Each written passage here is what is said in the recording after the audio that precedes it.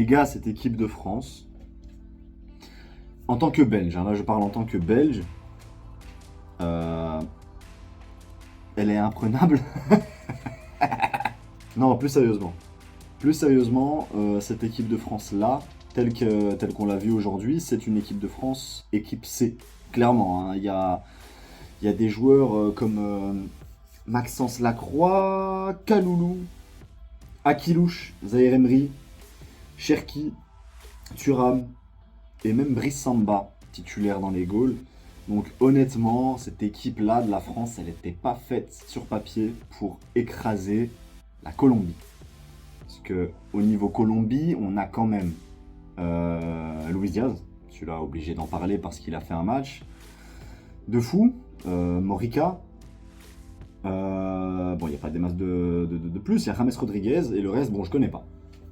Vous m'excuserez, je ne suis pas le plus grand connaisseur non plus de tous les joueurs colombiens, mais quelle démonstration, les gars!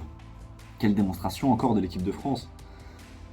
C'est une équipe qui me fait peur, et honnêtement, quand on voit le mondial, on se dit si cette équipe-là, si ce groupe-là, C, entre guillemets, parvient à aller écraser 3-1 cette Colombie, il y a du souci à se faire. Et en plus, les gars, si je peux me permettre, dans un monde parallèle où il n'y a pas Lamine Yamal qui existe, Luis Diaz à gauche et Rafinha à droite, j'aime bien l'idée, j'aime beaucoup. Ça aurait été pas mal d'avoir un Luis Diaz dans l'équipe, parce que honnêtement, quand tu vois le match qui te sort aujourd'hui avec l'équipe qui l'accompagne, qui n'est pas folle, quand tu vois son match, tu te dis ça méritait quand même un peu mieux. La Colombie, bon voilà, c'était un bon match. On va passer au débrief. Donc voilà, après une petite pause, débrief du match entre l'équipe de France et la Colombie, 3-1 en faveur de l'équipe de France, avec notamment 2 buts de la part de Désiré Doué et un but de Marcus Thuram. Alors, qu'est-ce qu'on peut dire de ce match? Concrètement, j'ai pas énormément de choses à dire parce que, comme on l'a dit récemment, c'est non seulement un match amical, et pour une fois, c'était pas un match exceptionnel. Honnêtement, on s'est pas mal ennuyé pendant le match, je dois dire la vérité. C'est le seul match des 3 où j'ai réellement pas pris de plaisir, en comptant Brésil-France et Espagne-Serbie. Ouais, les 2 matchs étaient incroyables. Celui-ci un peu moins, c'était l'équipe C de l'équipe de France, donc encore une fois, il n'y a pas grand chose à dire de plus. Ryan Cherki, les gars, est-ce que ça doit être titulaire ou ça doit pas être titulaire? J'ai un ami football qui parle de ça avec moi, qui pense que Ryan Cherki devrait être titulaire dans cette équipe de France. Est-ce que pour moi il est titulaire? C'est difficile, tu t'es jaugé sur une équipe de Colombie qui honnêtement a pas pu jouer avec grand chose comme arme. C'était très limité côté Colombie. Ce que je vais retenir techniquement, grosso modo du match, c'est Lucas Digne que j'ai trouvé faire un gros match.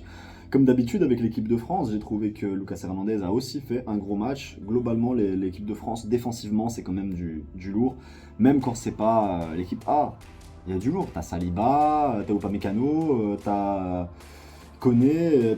Il y a beaucoup de monde, il y a beaucoup de viviers dans cette équipe de France. Et en regardant juste ce match, on peut se rendre compte que rien que l'équipe C, et j'ai entendu des commentateurs français dire que 3 équipes, c'était peut-être un peu abusé, que les gens de l'extérieur de l'équipe de France, ou même extérieurs à la France, abusent un petit peu en disant que l'équipe de France a la possibilité d'éliminer 3 équipes et que pour eux, juste une, ce serait déjà pas mal.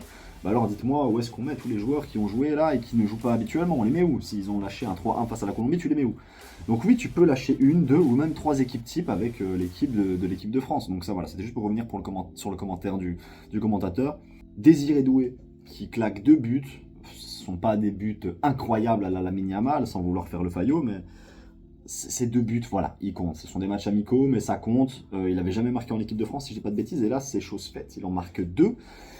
Ce qu'on peut aussi retenir, c'est que, bon, ça c'est juste fait divers, mais N'Golo Kanté qui a fêté, donc c'est 34 ans, je crois, sur le terrain pendant le match. Bon anniversaire à lui d'ailleurs, en parlant de ça. Je me suis trompé, c'était pas Koné, c'était Konaté, pardon. Voilà, c'était juste pour revenir sur l'erreur. Mbappé qui est rentré en fin de match, certainement pour se faire un petit peu les dents pour le prochain match. Je sais pas quand est-ce que c'est. Exactement, il faudrait qu'on m'éclaircisse la mémoire. Prochainement, je crois que ce sera même avec le Real Madrid. Je crois que la trêve est terminée pour la France. Je vais juste vérifier. Donc oui, voilà. L'équipe de France jouera son prochain match en Coupe du Monde contre le Sénégal. Donc non, ce n'est pas pour cette occasion. Mbappé jouera donc son prochain match ce samedi au Real Madrid en Liga contre Majorque, tout simplement. Donc ouais, lui aussi il est rentré voilà, sur le fil pour un petit peu se chauffer. J'ai pas vu spécialement de grosses actions folles chaudes de sa part. Bon voilà, ça reste quand même un match amical, donc c'est normal qu'il se donne pas à fond.